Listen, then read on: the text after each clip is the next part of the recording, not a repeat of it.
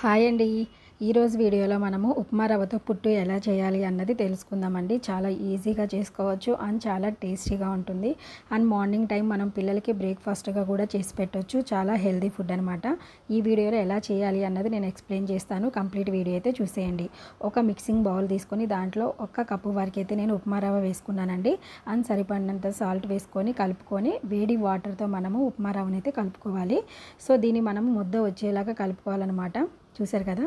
తర్వాత నేను పుట్టు చేసే మేకర్లో అయితే నేను ఉప్మా రవ్వ అండ్ పచ్చి కొబ్బరి ఇవి రెండు కూడా పొరలుగా యాడ్ చేసుకుంటూ రావాలి. సో అలాగే మనము స్టీమ్ చేసుకోవాలన్నమాట. చాలా ఈజీగా ఉంటుందండి. సో మనం ఇంట్లో ఏ కర్రీ చేసుకున్నా సరే ఇది మార్నింగ్ టైం చేసేసుకొని సేమ్ కర్రీ ఏదైనా వేసుకొని తినేసేయచ్చు అనమాట. అంత హెల్తీ ఫుడ్. సో ఇది చాలా ఈజీగా చేసుకోవచ్చు. ఈ వీడియో మీ అందరికీ నచ్చితే వీడియోని అయితే లైక్ చేయండి. అలాగే మా ఛానల్ని సబ్స్క్రైబ్ చేసుకోండి. Thank you for watching.